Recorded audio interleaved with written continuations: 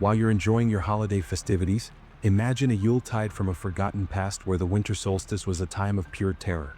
We're about to pull back the curtain on a chilling history where the beloved holly berry held a much more sinister purpose.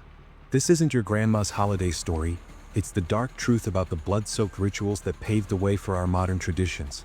The world outside is a picture-perfect postcard of December.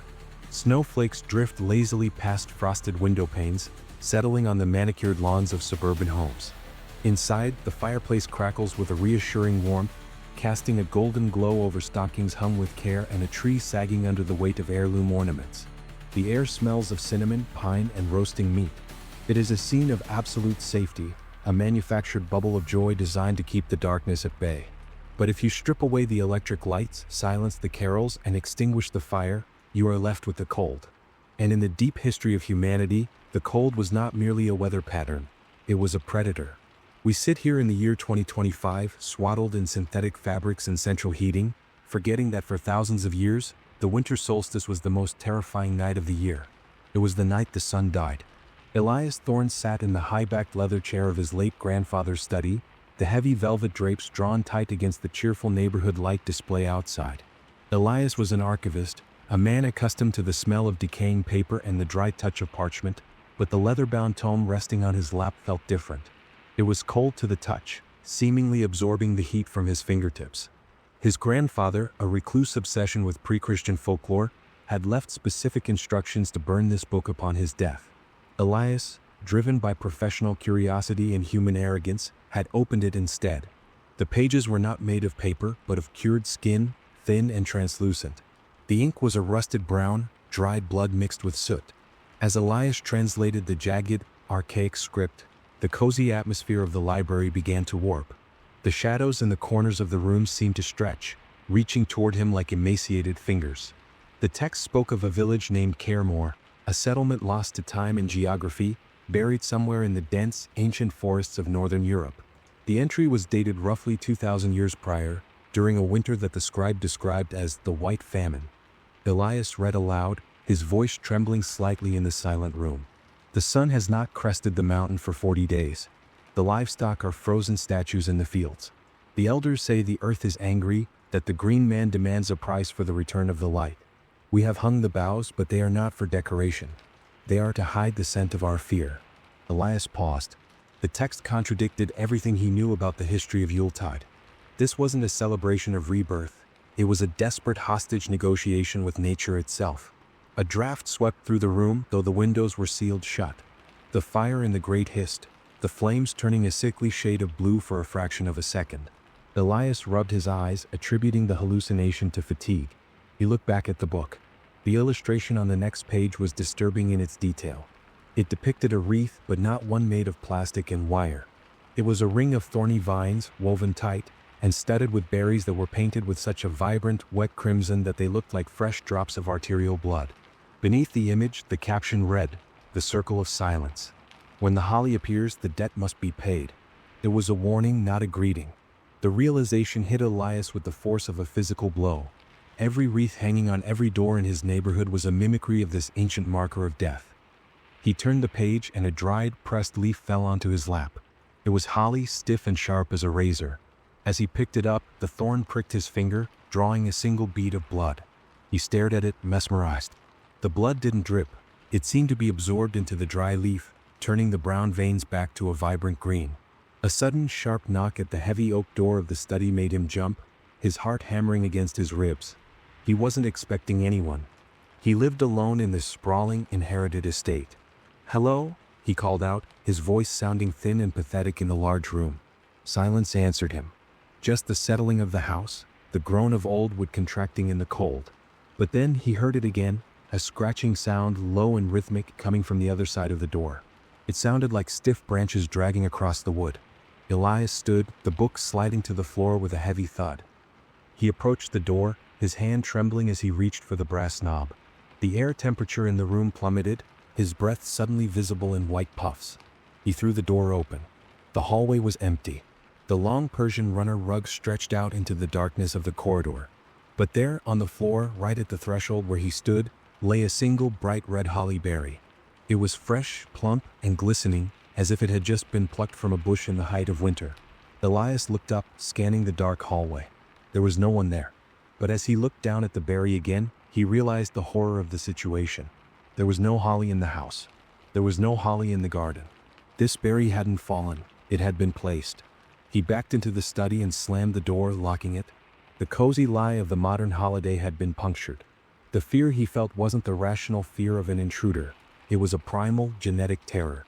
It was the fear of the prey realizing the predator has found its scent.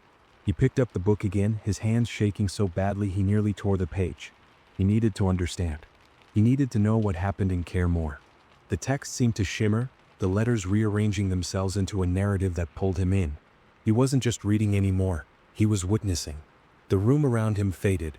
The mahogany shelves, the electric lamps, the Persian rug, all dissolving into the biting wind and gray twilight of an ancient, starving world. The transition was seamless and terrifying. He was no longer Elias Thorne in 2025. He was an observer in the time of the long shadow, and the sun was setting on Caer-Mor for the last time. The cold in Caer-Mor was not passive. It was an aggressive living force that sought to find every gap in the rough-hewn timber walls, every tear in the woolen cloaks, and every weakness in the human spirit. This was the era before the calendar of Rome had fully taken hold, a time when the passing of the seasons was measured in survival rates. The winter solstice approached not with the promise of festive gatherings, but with the looming threat of the long night, a period where the sun was said to battle the encroaching void. The villagers believed that if they did not intervene, the sun would lose, and the world would be encased in eternal ice. The wind howled through the valley, a sound like 1,000 mourning women screaming in unison. Inside the largest longhouse, the air was thick with smoke and the smell of unwashed bodies huddled together for warmth. The food stores were critically low. The harvest had rotted in the fields due to early frost, and the game had migrated south weeks ago. There was a palpable tension in the room, a silence that was heavier than the snow piling up against the door. Ilara, a young woman of 20 winters, sat near the dying embers of the central fire, her hands wrapped around a cup of hot water flavored with pine needles, a meager tea meant to stave off scurvy. She watched her younger brother, Kalen, sleep fitfully. His skin was translucent, the blue veins visible beneath the surface, a map of his starvation. "The sun is weak," whispered old Vortigern, the village elder and keeper of the rites. He stood by the entrance, peering through a crack in the timber. His eyes were milky with cataracts, but he saw things the others could not. The frost giant tightens his grip. He demands a gift. The word gift hung in the air, heavy and poisonous. In Caer-Mor, a gift was never free. It was an exchange. A life for a life. A soul for the sun. The villagers shifted uncomfortably, avoiding Vortigern's gaze. They knew what was coming. They had all heard the stories of the solstices of old, the years when the snows buried the huts completely, and the only way to melt the ice was with hot blood. Ilara pulled her furs tighter. The fear of the supernatural was compounded by the very real threat of famine. But it was the silence of the woods that terrified her most. Usually, the forest was alive with the sounds of birds, foxes, and deer. Now it was a tomb. The trees stood like skeletal fingers clawing at the gray sky, stripped of their leaves, dead and waiting. Only the evergreens remained, the yew and the holly, standing stark and defiant against the white landscape. These plants were sacred not because they were beautiful, but because they were unnatural. They defied the death of winter. They held the life force when everything else surrendered. And because they held the power, they were the conduit to the gods. "We must coax it back," Vortigern muttered, turning from the door. He looked at the gathered villagers, his gaze lingering on the young and the strong.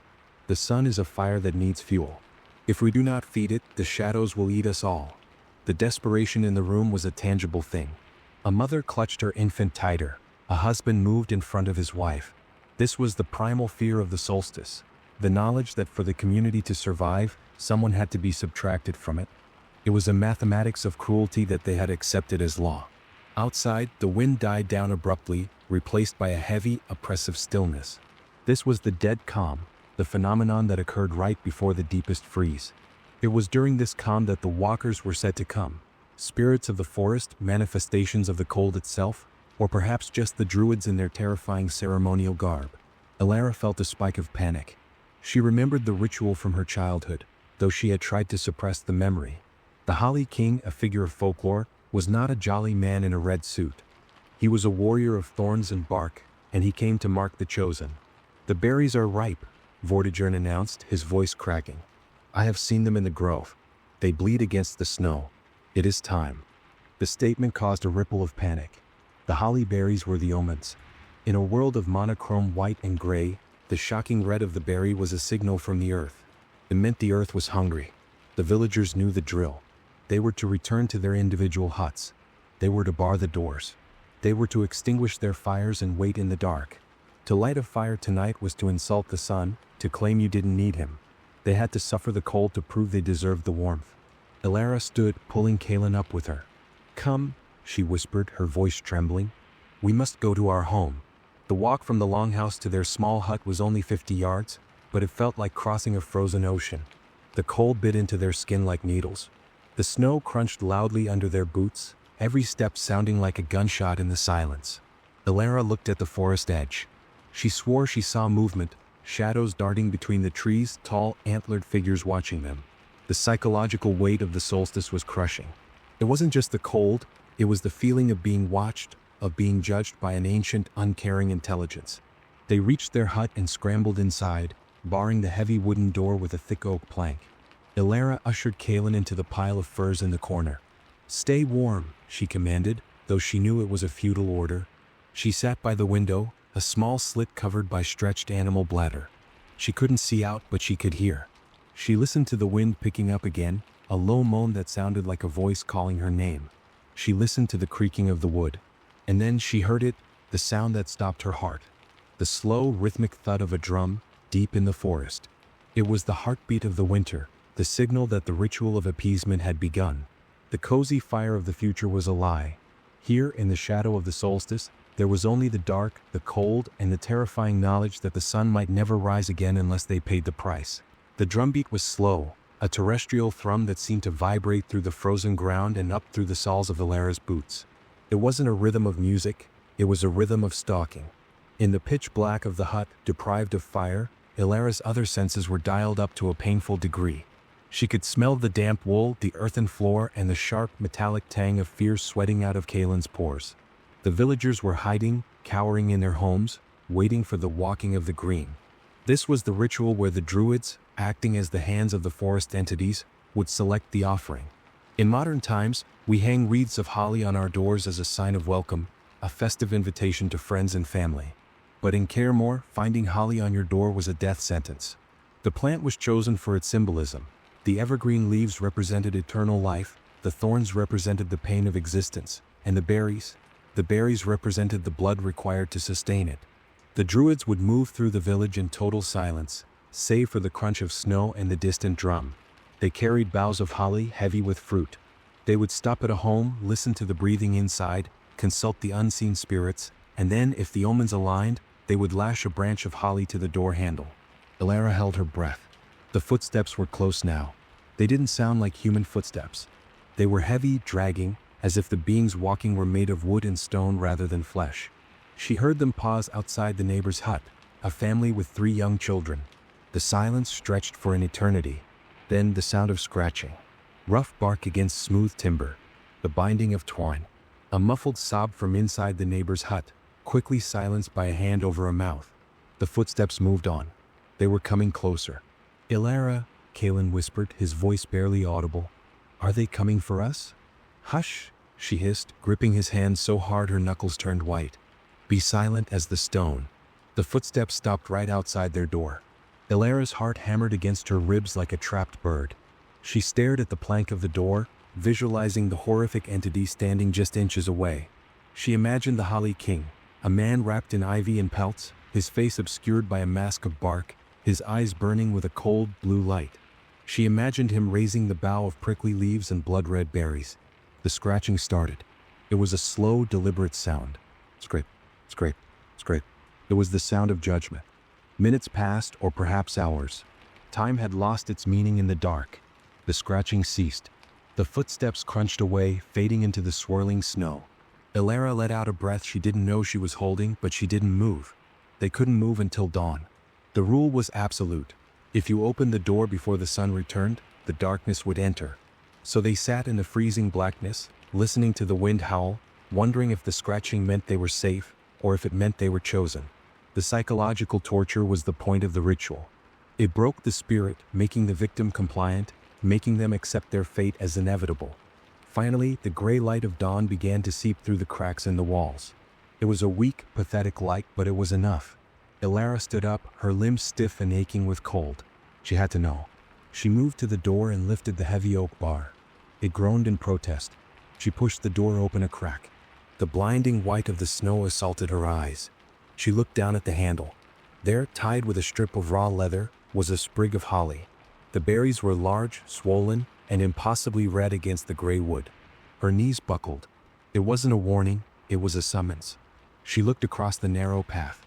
The neighbor's door was bare. The door of the miller was bare. Only her door and the door of the blacksmith down the lane bore the mark.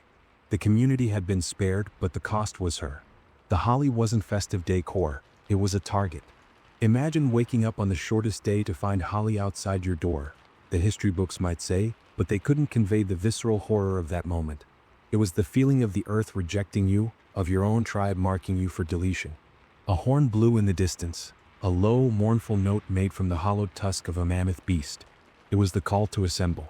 Elias turned to Caelan. He was staring at the holly sprig, his eyes wide with understanding. He didn't cry. In Caer-Mor, children grew up knowing this day might come. "Is it me?" he asked quietly. "No," Elias lied, her voice fierce. "It is the house. It is just a branch." But she knew the truth. The sacrifice required vitality. It required youth. The holly marked the home, but the priest would choose the blood. She stepped out into the snow. The village was emerging. People peeked out from their doorways, their faces pale and drawn. When they saw the holly on Elias's door, they didn't offer comfort. They averted their eyes. They stepped back. It was a superstition that ran deep. Bad luck was contagious. If the gods had chosen her household, to interfere was to invite their wrath upon oneself. This was the true horror of the ancient Yuletide, the isolation. The festive spirit of community we celebrate today was born from the relief of not being chosen. The joy of the season was originally the joy of survival, the selfish, secret happiness that the holly was on someone else's door. Two figures approached from the tree-line. They were dressed in robes made of white wolf pelts, their faces hidden behind masks carved from the skulls of stags. They carried spears tipped with obsidian. They didn't speak. They simply pointed at Elias and then at the path leading into the deep woods toward the stone circle. The holly's dark mark had done its work. The offering had been identified. Now the appeasement must begin. The procession to the stone circle was a funeral march for the living. The snow was knee-deep, a pristine white blanket that seemed to mock the darkness of the intent. Elias walked between the two stag-masked guardians, her head held high, though her insides were liquid with terror. Caelan had been held back by the village women, his screams silenced by the heavy woolen shawls wrapped around his face. It was better this way. The sacrifice was not meant to be a struggle. It was meant to be a gift given freely, even if that freedom was an illusion coerced by 1,000 years of fear. The destination was a clearing in the heart of the ancient forest, dominated by massive monoliths of gray stone standing in a ring. These stones were old even then, remnants of a civilization that had vanished long before Caer-Mor was built. In the center lay the altar of the sun, a flat slab of rock stained black with the layers of centuries of offerings. Today, however, the altar was festooned with greenery. Boughs of fir, ivy, and the ubiquitous holly were draped over the stone, softening its hard edges. It looked terrifyingly similar to a modern Christmas display, a festive arrangement awaiting a centerpiece. Vortigern stood by the altar, his frail form bolstered by the ceremonial robes of green and red. He held a chalice made of iron and a dagger carved from the bone of a cave bear. "The sun sleeps," he intoned, his voice amplified by the acoustics of the stone circle. "The earth is a tomb. Only the warmth of life can melt the chains of winter." The villagers formed a wide circle around the stones, shivering not just from the cold, but from the proximity to the violence. They needed this. They hated it, but they needed it. They believed with every fiber of their being that without this act, the sun would simply refuse to rise tomorrow. It was a transaction, one life for the many. Elias was led to the stone. She didn't fight. To fight was to taint the offering. She looked at the holly draped over the stone. The sharp leaves bit into her skin as she was laid back onto the slab. The cold of the rock seeped through her tunic, numbing her spine. She looked up at the sky. It was a flat, dead gray. There was no sun, only a diffuse light that seemed to be failing by the second. "Red for the blood," Vortigern chanted, raising the dagger. green for the return, white for the purification. This was the origin of our holiday colors. We tell ourselves that red represents the bishop's robes or Santa's suit, and green represents the eternal tree. But in the grove of Caer-Mor, red was the spray of arterial life against the snow, and green was the hope that the crops would return. The ultimate appeasement wasn't symbolic. It was tragically, brutally real. The mindset of those who performed these rituals was one of absolute desperation. They weren't sadistic, they were terrified. They were parents who watched their children starve, leaders who watched their people freeze. They were doing what they believed was necessary to save the world from eternal night. Vortigern brought the dagger down. It wasn't a quick slash, it was a ritualistic puncture. Ilara gasped, her body arching against the stone. The pain was blinding, white-hot against the freezing air. The blood didn't just flow, it steamed in the cold air, a vivid, shocking contrast to the monochrome world. Vortigern caught the flow in the iron chalice, then turned and splashed the crimson liquid onto the roots of the massive holly tree that stood as the sentinel of the circle. "Drink, O king," he screamed. "Drink and return the fire." The crowd let out a collective moan, a sound of release. The tension that had gripped the village for weeks broke. The debt was paid. The horror of the act was washed away by the relief of survival. They watched the blood sink into the snow, turning the white slush into a slush of pink and red. It looked like crushed berries.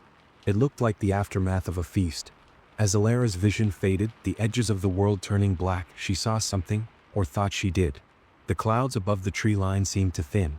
A single pale shaft of golden light pierced the gloom, striking the bloody snow near the altar. A gasp went up from the crowd. It worked. In their minds, the cause and effect were undeniable. The blood was spilled and the sun returned. This reinforcement solidified the ritual for generations. The cruelty was justified by the result. The body was not buried. It was left there, draped in holly and ivy, to be reclaimed by the forest. The villagers turned back toward their homes, their steps lighter, their hearts filled with a grim hope. They would feast tonight, not on much, perhaps a meager stew, but they would feast with the knowledge that they had bought another year of life. They would hang the holly boughs inside their homes now, not as markers of death, but as trophies of victory. They had faced the dark and won. But the price of that victory lay cooling on the stone, a young woman whose name would be forgotten, but whose sacrifice would echo in the red berries and green boughs of a holiday she would never understand. Elias gasped, dropping the book as if it were burning his hands. He was back in his grandfather's study. The electric lights were buzzing, the fire was crackling, and the smell of old paper replaced the metallic scent of blood and snow. He was drenched in a cold sweat, his heart racing a mile a minute. The transition back to 2025 was jarring. The comfort of the room now felt sickening, a veneer of civilization painted over a foundation of bone. He looked around the room with new eyes. The decorations he had put up days ago now looked grotesque. The garland on the mantel wasn't a festive ornament. It was a replica of the binding ropes used on Ilara. The Christmas tree in the corner, bedecked in lights, was a stylized altar, the presents beneath it offerings to a hungry god. And the wreath on the wall was the most disturbing of all. It was plastic, mass-produced in a factory in China, but the shape was the same. The circle of silence. The mark of the chosen. Elias walked to the window and looked out at the street. The neighbors' houses were ablaze with lights. Inflatables of Santa and reindeer dotted the lawns. But Elias didn't see cheer anymore. He saw the echoes. He saw the ancient fear sublimated into consumerism. We bring the evergreen inside because our ancestors believed it held the spirit of life. We light candles, and now LEDs, to mimic the sun we are desperate to call back. We feast to prove we are not starving. We sing loud songs to drown out the silence of the winter woods. Every tradition we hold dear is a sanitized reenactment of a survival trauma. The carolers singing at the door? Echoes of the druids chanting the selection rites. The Yule log? A bonfire to ward off the frost giants. And the red and green? The blood and the return. We are not celebrating. We are unknowingly echoing ancient pleas for survival. We are performing the rituals of Caer-Mor, stripped of their violence but retaining their structure. A sudden movement caught his eye. Down the driveway, a delivery truck was pulling away. A package had been left on his porch. Elias frowned. He hadn't ordered anything. The fear from the vision came rushing back, irrational but potent. He walked to the front door, his hand shaking as he unlocked it. He swung the door open and looked down. It wasn't a brown cardboard box. It was a wooden crate, rough-hewn and smelling of damp earth. Pinned to the top was a note written on thick, creamy paper. To Elias from the Historical Society. Found in the archives. Thought you'd appreciate the authenticity. Elias pried the lid open. Inside, nestled in a bed of straw, was a wreath. But not a plastic one. It was real holly, old and dried, the leaves sharp as knives. And the berries? The berries were dark, shriveled, and coated in a brownish residue that flaked off when he touched it. Elias stared at the wreath and then he heard it. Faintly, coming from the woods behind his estate. The sound of a drum. Thump-thump, thump-thump. It was impossible. It was the traffic on the highway or the blood rushing in his ears. But then the lights on his house flickered. The street lights buzzed and died, plunging the neighborhood into darkness. The only light came from the moon reflecting off the snow. He looked at the holly wreath in his hands. It felt heavy. He looked at the door of his neighbor across the street. Even in the dark, he could see something hanging on their door handle. A dark shape. A bough of holly. The realization washed over him. The ritual hadn't ended, it had just gone dormant. The appeasement was due. The cycle was turning. Elias stepped back inside and locked the door, but he knew it was futile. The marker was already there. The cozy lie was over. As he stood in the dark hallway, clutching the ancient, blood-stained wreath, he realized the terrifying truth. We deck the halls not to celebrate the season, but to hide from it.